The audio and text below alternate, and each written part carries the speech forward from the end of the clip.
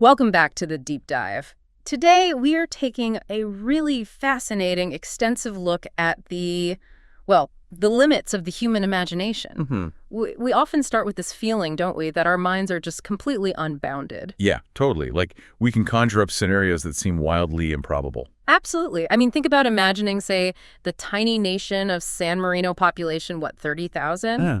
Somehow winning the World Cup, 10-0. Right, against a giant like Brazil. You can picture it, even though it's, astronomically unlikely. Or, there's that classic, slightly bizarre philosophical thought experiment. Yes, the lightning strike one. That's the one. A huge cosmic accident, maybe this intense lightning strike, vaporizes a philosopher. Oof, gone. And at the exact same time, it transforms a nearby oak tree into a perfect molecule-for-molecule duplicate of that philosopher. Bizarre. But you can sort of entertain the idea. Philosophers call this absolute possibility. We're ignoring the contingent facts of how things actually are right now. Right. It's possibility in the broadest modal sense. And David Hume, observing this incredible mental capacity, wrote that famous line, "Nothing at first sight is more unbounded than the mind of man." It feels true, doesn't it? This amazing freedom to mentally construct all these alternative realities. But Hume, he didn't just leave it there. He immediately pivoted, didn't he, to a really profound counterclaim. He did. He described it as an established maxim in metaphysics. Nothing absolutely impossible is imaginable. And that's the core claim we're really digging into today, Hume's maxim, or Humeanism. Exactly. And it taps into something quite intuitive. Yeah, we all kind of recognize it, don't we? If I ask you, imagine a man wearing a bright red hat. Easy. Done. Okay, now imagine him not wearing a hat. Also easy. No problem. But now, try to combine them. Imagine the man both wearing the red hat and simultaneously not wearing the hat. Same time, same place. And what happens? Your mind just stops. It completely seizes up. You feel like you have to pick one or the other, or the whole mental picture just falls apart. It's a definite block. Hume originally said contradictions couldn't be conceived distinctly and clearly. And even contemporary accounts describe this downright inability or imaginative failure. But here's the twist. Despite that really powerful gut feeling, this maxim is actually widely disputed now. Oh, very much so. There's a particularly potent challenge known as the stipulation problem. Right. The idea is, if our imagination is fundamentally, constructive and relies heavily on language, why should it have any limits? Why can't we just stipulate an impossibility? And that sets up our mission for today. It's quite complex. We need to explore this stipulation problem in real depth. And then we'll analyze a very sophisticated, quite detailed philosophical defense that tries to rescue Hume. It uses the concept of analyticity, truth by meaning, to explain why we can't imagine contradictions. So it's trying to connect the limits of our minds back to the limits built into language itself. Precisely. It's a fascinating argument. Okay, let's dive into the opposition first. Before we even get to stipulation directly, there's this deeper, more fundamental issue, right? The problem of metaphysical distance. Yes, that's a great starting point. It's the big conceptual puzzle. Why should the limits of our imagination, what goes on in here, brain words line up so neatly with the limits of objective possibility? What could actually exist out there? It feels like two totally different things. Possibility, in that broad modal sense, seems to be about external reality, like the set of all possible worlds philosophers talk about. Exactly. It's about what could be the case. But imaginability, that's subjective. It's about our internal conscious experience. Yeah. Why would these two realms match perfectly? Yeah, it's like asking if it's possible for water to just decide to run uphill. That feels like an objective question about physics or reality. Right? And if possibility is about some objective external standard, it's really hard to see why our subjective mental limits should perfectly map onto it. Our senses, which do connect us to external reality, are often flawed or limited. So why would our imagination be this perfect filter for absolute possibility? Precisely. If the imaginable and the possible really are distinct categories, then Hume's maxim seems to suggest our minds have this kind of built-in perfect modal detector. Like some kind of philosophical ESP letting us just see the structure of abstract reality. Yeah, exactly, a kind of clairvoyance. And that, understandably, makes philosophers very suspicious. Nobody wants to base a theory on mystic powers. Or on postulating these weird paraphysical processes connecting our brain to some, distant pluriverse of possible worlds, it lacks a good explanation. There's no obvious reason why evolution would give us a mental tool that perfectly filters out external metaphysical impossibilities. We don't have a clear constitutive link or a causal one. And that lack of a solid why makes Hume's maxim seem vulnerable. It opens the door for challenges like the stipulation problem. Okay, so let's get into that. The stipulation problem basically argues that imagination is just too free, too based on language, to be boxed in by necessity. Define the kind of imagination we're focusing on here. Right. We're talking about a hypothetical constructive affair. It's the imagination we use to mentally bring forth alternative scenarios, alternative realities. Like building a little world in your head. Kind of. And crucially, the argument goes, since these imagined situations aren't real, the imaginer has, well, they call it divine control. Divine control, meaning what exactly? Meaning, unlike when you perceive something or remember something, there's no actual objective state of affairs out there in the world that your imagined scenario needs to match up with. Ah, I see. The success or failure seems totally up to the imaginer's choices. Like an author creating their own fictional rules. Exactly like that. And because of this freedom, the critics argue, stipulation becomes absolutely essential. We have to stipulate facts almost constantly when we imagine things. Not just for things we can't picture. No, they argue it's needed for almost any complex scenario we try to build mentally, even picturable ones sometimes. Okay, give us some examples. What about the truly unpicturable concepts? Right. Think about trying to visually imagine a negative existential, like the absence of a purple kangaroo right here in the room. How do you draw absence? You can't really picture not there. Or try visualizing a simple math fact, like say, $2.03 equals 3 to the power of 1. You can picture 2 apples, maybe take away 3. But how do you visually represent a negative number? Or a tensed fact, like it rained yesterday? So for those, we just use language. Exactly. We bypass the visual and just stipulate the proposition. There is no purple kangaroo. The imagining becomes purely conceptual, linguistic. Okay, but what about things we can picture? You said stipulation is needed there too. Yes. Think about imagining, say, a famous actor sitting on a park bench. Let's use their example, Marlon Brando. Your mental picture might be quite vivid. Okay, got it. Brando on a bench. But wait, is it really Marlon Brando? Or could it be his physically indistinguishable twin? Yeah. The picture looks the same either way. Ah, right. The image alone doesn't tell you the identity. You have to stipulate who it is. Same if you picture a rooster flying. Did it flap its wings to get up there, or did it just fall out of a cannon or maybe off a plane? The image is ambiguous about the history. Exactly. The image is silent on these alternative histories. You need stipulation to fix the facts the picture can't distinguish. Okay, so stipulation seems pretty central to how we construct these imagined worlds. If imagination is mainly this high-level, stipulative, language-based thing, and we know we can represent anything, even impossible things, using language, what's stopping us from imagining them? That is the core objection. It's incredibly easy to represent an impossibility linguistically. You just say the words, a married bachelor, or a number of fingers, that is 10, but not 5 plus 5. Just putting the words together. Right. And the imagined scenario is basically just a set of stipulated propositions, and you can seemingly add any proposition as a stipulation. Then you should be able to imagine any impossibility just by stating it, by stipulating it into your imagined world. That's the critic's conclusion. And the implication for Hume is devastating. It means stipulative imagining is modally undiscerning. Modally undiscerning. Meaning it can't tell the difference between possible and impossible. Exactly. It lacks any internal filter, any mechanism to separate, as they put it, the possible wheat from the impossible chaff. It's like a sieve without mesh. It just lets everything through. The critics basically say you can conceive of plain contradictions, or you can just stipulate that $2 plus 2 equals 5 is true in your imagined scenario simply by deciding it is so. If that's right, Hume's maxim is sunk. But wait a minute, that feels wrong somehow. If stipulation is that powerful, why do we still feel that block? Why isn't it trivially easy for me to just say, okay, I stipulate this man is both wearing and not wearing the hat and feel like I've succeeded? If the imagined product is just language, just propositions, why do we experience that cognitive breakdown, that feeling of impossibility, even when we can say the words? That is the perfect question.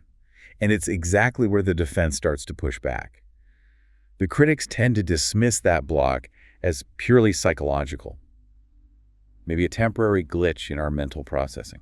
But the defense says no. The defense argues the block isn't just in our heads, It's fundamental. It's rooted in the very structure of the language we're using to do the stipulating. So the block isn't a psychological failure to imagine. It's a structural failure of the stipulation itself. The language won't let you do it coherently. That's the core of the analytic defense. Okay, a structural failure of the stipulation. That implies there's some kind of force, something stronger than our divine control, that overrides the attempt. Exactly. And this is where the defense brings in its main tool, which comes from what's sometimes called second humanism. It connects Hume's maxim about imagination back to his other famous doctrine, the one about relations of ideas. Relations of ideas, leading to analyticity. Precisely. The core thesis here is that necessary truths, the things that have to be true, are analytic. And analytic means their truth follows directly, strictly, just from the meaning of the words involved. It's truth by meaning. So we're not just saying this statement is necessary, we're saying why it's necessary. Its necessity is baked into the language we use to express it. Let's unpack that with this standard example. All bachelors are unmarried men. How does its truth come just from meaning? Okay, it relies on two key concepts: synonymy and coextension. Synonymy is just meaning the same thing. Right. The term bachelor is, by definition, synonymous with the phrase unmarried man. That's a fact about English, fixed by convention. And if they're synonymous, meaning they share the same meaning, then they must apply to the exact same thing. Exactly. They must necessarily share the same coextension. They have to pick out the exact same set of individuals in every possible situation you can think of. So if they coextend, the predicate, unmarried man, is essentially already packed inside the subject, bachelor. You got it. The moment you understand what bachelor means, you already know the predicate applies. So asserting the sentence, all bachelors are unmarried men, is really just stating the definition. You prove it's true without looking outside the language. You don't need to go out and check every single bachelor in the world to see if they're unmarried? Nope. You don't need any external synthetic facts about the world. The truth is guaranteed internally by the meaning. Okay, but let's clarify something here. Is this saying analytic truths are some kind of special, different kind of truth? No, absolutely not. That's a common misconception. Analytic sentences are true for the same reason any sentence is true. They accurately describe the way the world is. The world is a place where all bachelors are, in fact, unmarried men. So what's special then? What's special is the source or guarantee of that truth. The fact that things really are that way follows directly from the meaning of the analytic sentence itself. This internal structural guarantee is what makes them necessary. Because the meaning doesn't change no matter what world you're describing. Precisely. Their truth is locked in by the language itself, ensuring they hold true in all possible worlds. Okay, that makes sense for necessary truths like all bachelors are unmarried. Now, how does this apply to the things we're interested in, the blatant impossibilities, like contradictions, P and not P? Contradictions are basically the flip side. They are the clearest examples of analytic falsehoods. False just because of their meaning. Yes, it's P and not P. It displays synonymy between the two occurrences of P. Whatever P means, it means the same thing both times. Okay. Which means both instances of P must have the same truth value in that statement. But the structure P and not P requires one to be true and the other to be false simultaneously. Which is impossible. Logically impossible. Therefore, the entire statement P and not P is analytically false. Its falsity is self-contained. It springs directly from the linguistic structure itself. It's like a sentence that poisons itself from within.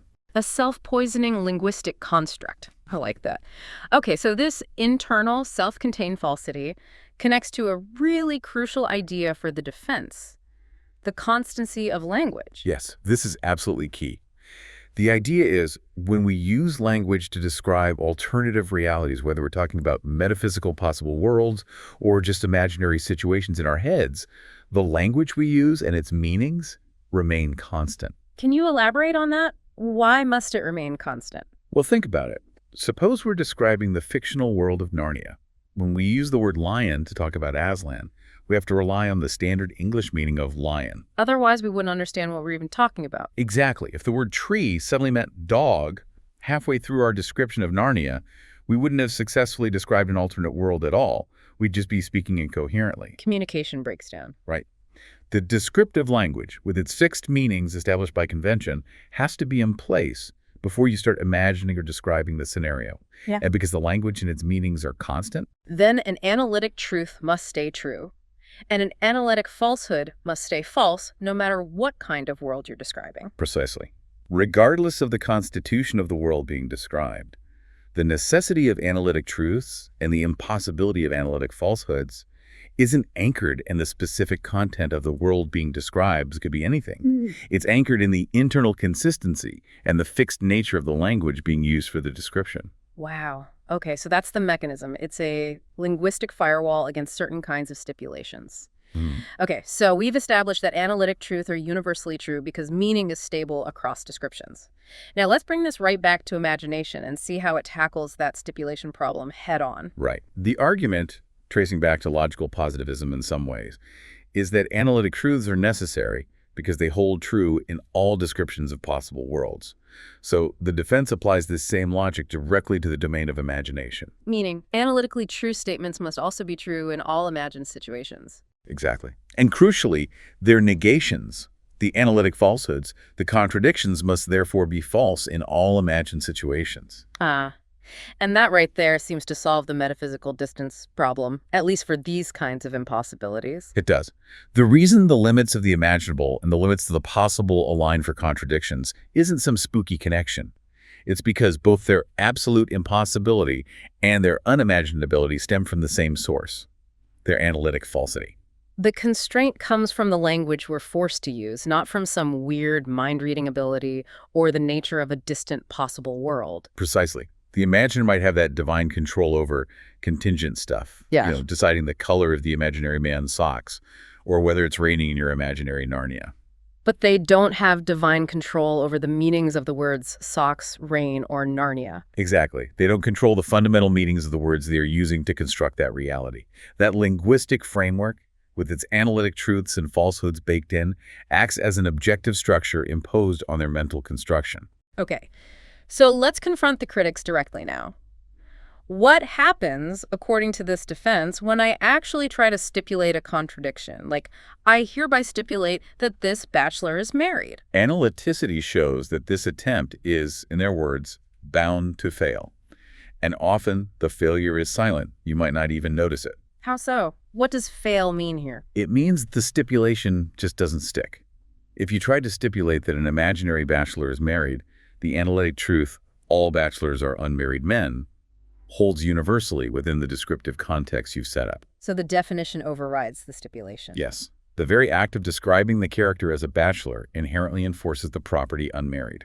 The subsequent stipulation is married is rendered false by the terms you've already established. So I might think I've succeeded. I might have a mental image, maybe of a man who looks like a bachelor but is wearing a wedding ring. You might believe you've imagined a married bachelor, but the defense argues the situation you've actually imagined isn't truly contradictory. The underlying logic of the language has resolved it implicitly. Either the man you're imagining is married, in which case the label bachelor just doesn't apply correctly to him in that imagined context, despite your stipulation, or he's a bachelor, in which case the stipulation is married is simply false within that context. The language forces a resolution. So the block we feel isn't my brain failing to put contradictory images together? No. The block is the internal inconsistency within the concepts I'm using to define the imaginary world. The language itself provides an objective standard of correctness. And critically, that standard isn't coming from some weird shadow reality of imaginary worlds. No, it's drawn directly from the constant shared meaning of the language being used to describe the imagining. So if I try to stipulate a night sky that's simultaneously bright white and pitch dark. If your use of night sky inherently implies darkness, which it typically does in standard English, then the attempt to stipulate bright white is just voided by the meaning of the other terms you're using. The failure is logical, semantic, not pictorial. This is a really elegant move. It completely sidesteps the core stipulation problem. It accepts that stipulation is powerful and necessary, but it argues that stipulation itself has limits imposed by the analytic structure of the language doing the stipulating. Exactly. The unimaginability of contradictions isn't psychological weakness. It's because their analytic falsity prevents them from ever being successfully fixed as true in the alternative reality we're trying to describe. The language just won't allow it. Okay, so we've seen how analyticity tackles the stipulation problem. But this defense has much wider implications, shedding light on other related philosophical puzzles. Right. First off, let's circle back to that initial gut feeling, the intuitive block. This defense gives us a really solid explanation for why our thinking just jams up and shuts down when we try to imagine a contradiction. It does. It says the failure isn't just some introspective glitch, or like we didn't try hard enough mentally. It's not a lack of mental horsepower. No. It's the analytic falsity of the proposition, essentially poisoning the well from within. It forces the stipulation to fail, maybe silently, maybe explicitly, and our mind registers this structural linguistic failure as that feeling of a block. That feels much more satisfying than some of the other explanations that have been tried. For example, what about the certainty argument? The idea that we can't imagine impossibilities because we're just so certain they're false. Yeah, that one doesn't really hold up under scrutiny. Think about contingent facts. Yeah. Things that happen to be true but could be otherwise. Okay.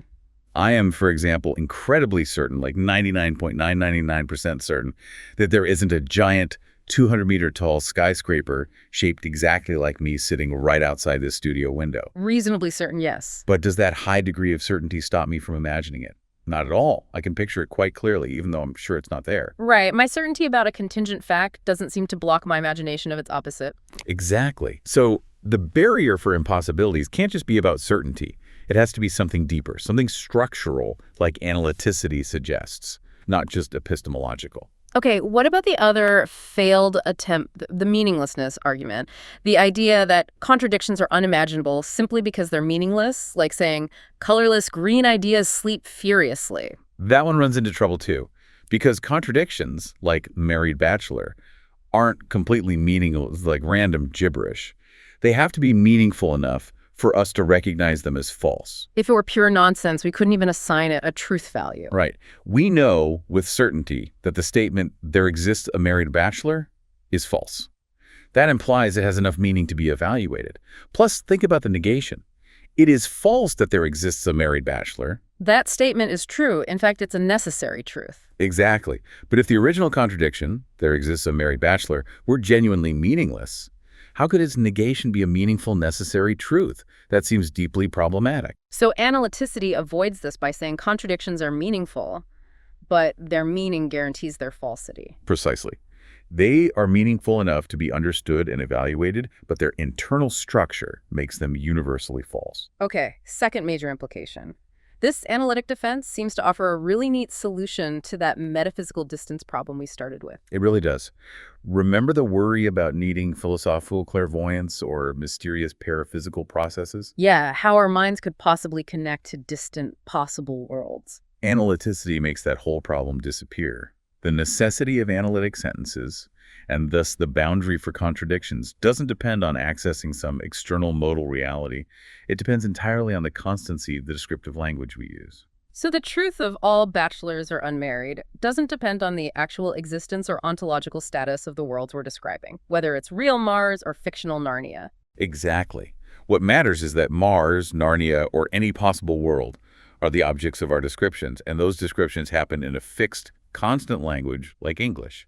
The objective boundary isn't out there in the pluriverse. It's in here, within the semantic structure of the description itself. That grounds necessity in semantics, not metaphysics. That's a big shift. It is. And it has knock-on effects in other areas, too. Think about philosophy of fiction, specifically the debates around author authority. How much control does an author really have over their fictional world? Well, if analytic falsity holds universally across all descriptions, including fictional ones, then it suggests there are limits. Even if an author explicitly writes, in my world, Jane is a married bachelor. The analytic defense would say. It would say that unless the author has stipulated some really weird, non-standard meaning for bachelor or married, which would undermine the point, that statement must still be false within the fiction. Analyticity provides an objective linguistic limit on what can be successfully stipulated as true, even by the creator of the world. So the author stipulation fails against the baked-in logic of the language they're using. That's the implication. Language structure places constraints, even on supposedly absolute creative control. Fascinating. Okay, and one last area. What about impossible worlds in modal logic? Yes. Some modal theorists propose these impossible worlds, worlds where contradictions are true, or logic works differently often to handle things like belief reports. Joe believes 2 + 2 = 5. How does the analytic defense view those? Well, if the defense is right, And all necessity ultimately boils down to analyticity, at least for the kinds of core logical conceptual necessities we're discussing. Then any hypothetical situation you can describe without generating an analytic falsehood is, by definition, a possible world. That seems to follow. Analyticity acts as the filter.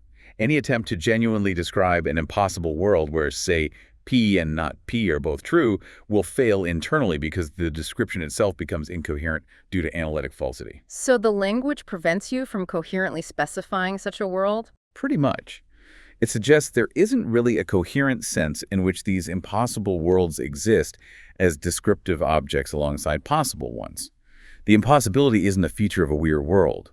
It's a feature of our failed attempt to describe it using consistent language. So it pushes back against that whole strand of modal theory. All right, let's try to pull these threads together. We've had quite an extensive deep dive today into the limits of imagination. We started with Hume's maxim, nothing absolutely impossible is imaginable. We saw how that intuitive idea faced serious challenges, especially the metaphysical distance problem, and, really powerfully, the stipulation problem. Which argued that since imagination seems so tied to language and stipulation, it ought to be modally undiscerning, capable of imagining anything we can say. The defense we've explored offers a really robust way to vindicate Hume's core insight. It connects his maxim about imagination back to his ideas about relations of ideas, formalized as analyticity, truth by meaning. Right. And this concept, analyticity, shows that contradictions and other analytic falsehoods can't be successfully imagined, not because our minds are weak, but because their falsity is guaranteed by the very meaning of the words we use to try and describe them. The language itself overrides the stipulation. Exactly. That analytic falsity prevents the impossibility from ever being successfully fixed as true in the imagined or described scenario. So analyticity becomes the objective structural limit. It shows that while stipulation is crucial for most imagining, it hits this linguistic firewall when it comes to propositions whose falsity is self-contained within their meaning. And the block we feel isn't psychological, it's semantic, it's structural. This elegantly resolves why our subjective mental limits seem to align with objective modal reality for these necessary truths and falsehoods, without needing any weird metaphysics. Yeah, it achieves this without having to deny the power of stipulation generally and without resorting to, clairvoyance or anything like that. It grounds this fundamental type of impossibility firmly in the constancy of human language and meaning. Which leaves us with a pretty profound final thought to chew on. Okay, let's hear it. If the limits of possibility, at least for these blatant impossibilities like contradictions, are ultimately linguistic if they stem entirely from the way meaning remains constant in our descriptions. Yeah. Does that suggest that the very nature of necessity and therefore impossibility at its deepest level might be rooted not in some reality out there, but fundamentally in the structure of human language itself? Wow. So necessity isn't discovered, it's constructed through language. That's the provocative question it raises. And if that's even partly true, what does it imply about concepts of impossibility that maybe we haven't even managed to put into words yet, or ideas that might exist beyond the limits of our current linguistic frameworks altogether?